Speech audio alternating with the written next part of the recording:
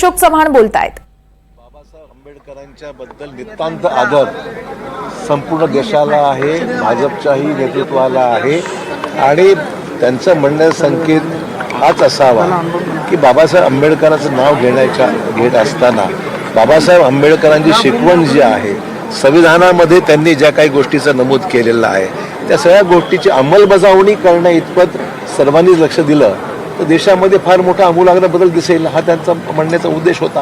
आणि त्यामुळे या विधानाचा विपर्यास करून गैरसमज निर्माण करण्याचा प्रयत्न होतो, हे दुर्दैवी बाब आहे।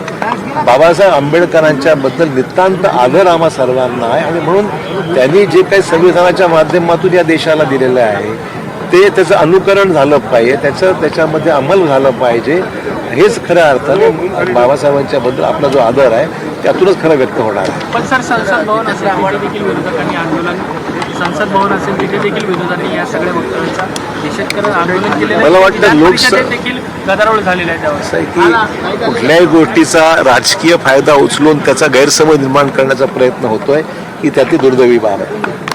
सर, भुजबळ जे आहेत ते काही वेगळी भूमिका घेण्याच्या त्याच्यामध्ये त्याकडे कसं आपण पाहतो? तो राष्ट्रवादीचा अंतर्गत विषय, आपण त्यांना विचार। असे मंत्री कोणाला करायचं न करायचा सर्वस्वी मुख्यमंत्र्यांचा अधिकार आहे आणि त्यामुळे स्वाभाविक काही लोकांना अपेक्षा होत्या, काही घडलं काही घडलं नसेल।